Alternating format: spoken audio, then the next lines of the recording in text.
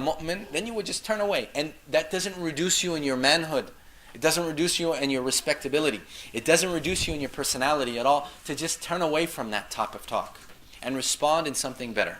An example from Imam al-Baqir's life. A man came to him and said, Ya Baqar. Baqar means cow. This man is a Christian or a Jewish person. He came to the Imam and he insulted him because Imam's nickname was al-Baqir, which we talked about. He came and he called him a cow. Ya Baqar. And the Imam, you know the Imam. Imam is not some single individual.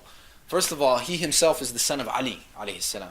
He has the dhul fiqar. He can cut off heads in a heartbeat. Imam al-Baqir, even though we don't have a history of him fighting in battle and raising an army, we know because he has the blood of al-Hussein in him. He is just like his grandfather. He can cut open anything in his path. Imam al-Baqir alayhi salam doesn't respond with a similar jibe at this guy. What does he say? He says, no, my name is al-Baqir. You know, he knew the person was trying to insult him, but he said, no, perhaps you heard it wrong. My name is al-Baqir. He says, Yabna Tabbacha. He said, oh, son of a cook. It was an insult. And he insulted his mother.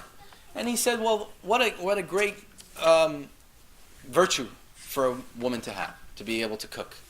And he doesn't respond with, your mother was this or that. He responds in a very neutralizing way.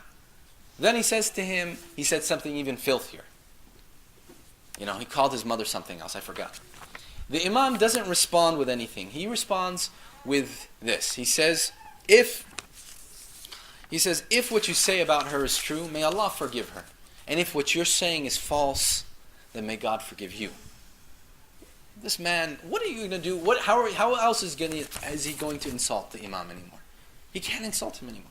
The Imam, instead of getting into a shouting match, an argument, going back and forth, insulting, and then the history will record him insulting and talking trash and dirty and succumbing to his anger. Instead, he turned that whole episode into a lesson of ethics. And that man converted to Islam and embraced the faith of Ali ibn Abi Talib. Allahumma salli ala Muhammad. Similarly, another episode that took place, a Syrian man, and back then Syria was the capital of the Umayyad dynasty, and these guys were the biggest enemies of the Ahlul Bayt. They brainwashed their people to hate Ahlul Bayt. This man was attending one of the classes of the Imam, and he was listening, and he came up to him afterwards. He said, look, don't think that because I attended your class, I don't hate you. Because you and your family are the most detestable people to me. But because you speak well and you're eloquent, I decided to stick around. The Imam, you know, what are you going to do with somebody like that? Get out of my class. Most of us will say, well, you're not welcome here anymore. Get out. If you hate me, my family, my whole way of life, why are you here? Get away from me. The Imam doesn't respond that way. He responds in a different way. He says, you know, can I help you in this town? Can I service you in any way? And this man slowly and slowly keeps fighting back, throwing insults. The Imam absorbs all of it, and immediately this man starts to see that this person is something else. This family is something else. And we have stories of this from the A'imma over and over again. A story from Malik al-Ashtar, who is, we know to be the commander of Imam Ali's army. A man who was not to be messed around with. A man who was a warrior. He was in the city of Kufa, and Kufa was a turbulent city. You had Khawarij, you had people who were rebelling against Imam Ali. You had Munafiqeen running around. One of them came up, not knowing who Malik al-Ashtar is, and he had this type of attitude. He cursed Malik al-Ashtar and he spit on him. Malik al-Ashtar, you know, imagine if somebody spit on us. Wallah, we'd come back with so many different types of, you know, first of all, we'd spit back, we might hurt him. What would we do? God knows. But if we learn from the life of the Imam and his followers, Ali ibn Abi Talib had another story about somebody spitting in him as well. Amr ibn Abdul Wad, the famous one. So Malik al-Ashtar, what did he do? He went to the Masjid al-Kufa, and he prayed 2 rak'ahs. Somebody in the market noticed, you know, Malik walk away and this guy talking about how he spit on somebody. And he said, do you know who that was? That was Malik al-Ashtar. He says, oh no, how can I have spat on Malik al-Ashtar? He's going to come, he's going to arrest me, I'm going to be in prison, I'm going to this. He ran after him and he saw him in the mosque praying. And he waited for him to finish praying. And he said, oh Malik, I'm sorry, I didn't mean it, I didn't know it was you. He said, don't worry. These 2 rak'ahs I prayed for you so that Allah will forgive you for what you did. This is the akhlaq and the teachings of the Imams that they've taught us. The Prophet, foremost, obviously, and from him, his Ahlul Bayt have transmitted this lifestyle of how to neutralize people like this, haters, people who hate the cause of Islam.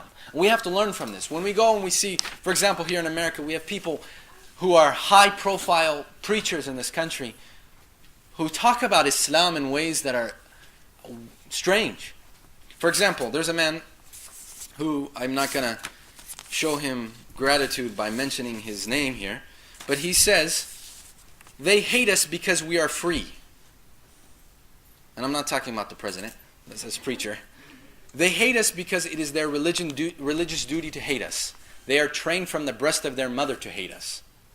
Or for example, he says, it is a war between the culture of death and the culture of life, liberty, and the pursuit of happiness, and it is a war we must win. This type of talk that, it's public talk, there's mega churches who are talking this type of talk. How do we respond to this type of stuff? Do we come back and say, well, you are the religion of this and that, and we come back and insult the person and insult his family and insult his history and insult... Is that the way that we would do it? Is that taking the ayah, وَلَا تَسُبُّ الَّذِينَ كَفَرُوا وَلَا تَسُبُّ الَّذِينَ يَدْعُونَ مِن دُونِ اللَّهِ? Would we respond and say, all right, we're going to curse you in this way and that way, in that fashion? Is that gonna enhance communication? Is that going to deflate this person's comments in the media? Because that's exactly what he's trying to do. He's trying to make the entire population feel, because he has his influence, he has his microphone.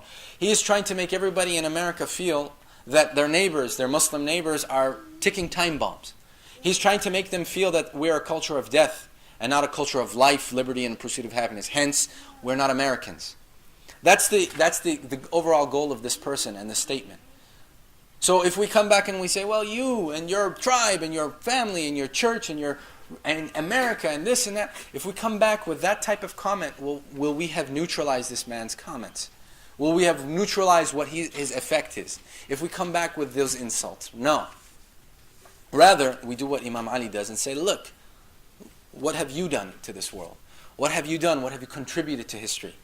What is your talk going to do for the betterment of this country, for the betterment of the world? Is it going to bring it closer to war or bring it closer to peace?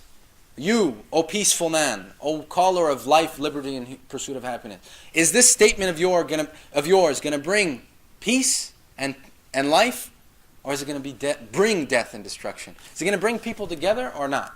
Quran tells us to call Ahlul Kitab and say, we have the same God as your God. Ta'ala, nad'u. We'll come together. We'll dialogue. We'll join because we worship Allah subhanahu wa ta'ala. That's what the Quran tells us to do. Not a culture of death.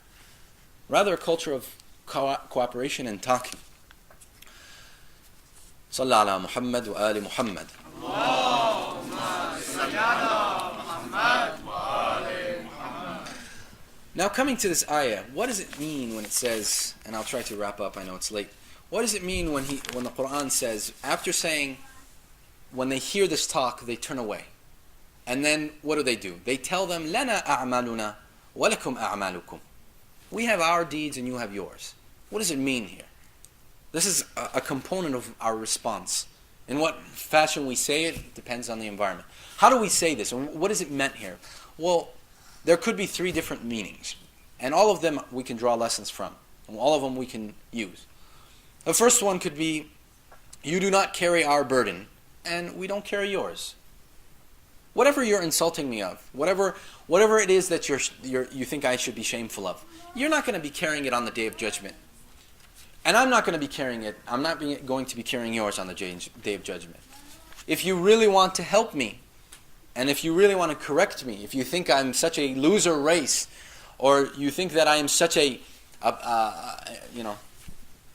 despicable person, and if you're really trying, from position of superiority